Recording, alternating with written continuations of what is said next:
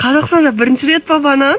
Я в шоке. Қазақтар деген мощно пысық қой негізі. Шок болдық қой, шок.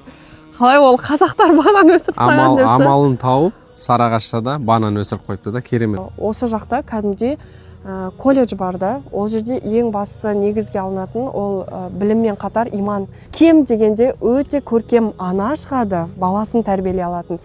Кем дегенде өте көркем әке шығады. Бұл нәрсені жеткізу керек, көрсету керек. Біз бұрынғы мұсылманшылығымызды қайтадан өзіміз үйренуіміз керек. Сол үшін де бұл нәрселерді жеткізуге, айтуға біз мұқтажбыз да дәл қазір.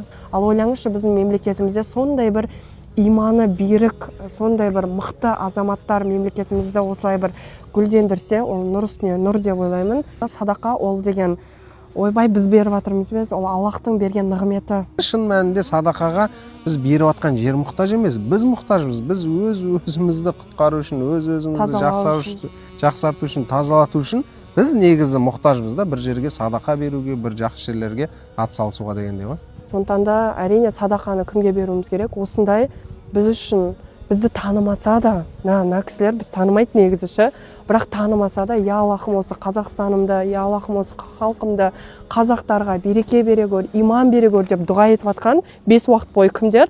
Осы жерде оқып жатқан студенттерді. Сондықтан да нағыз садақа осы жерге берілу керек деп ойлаймын.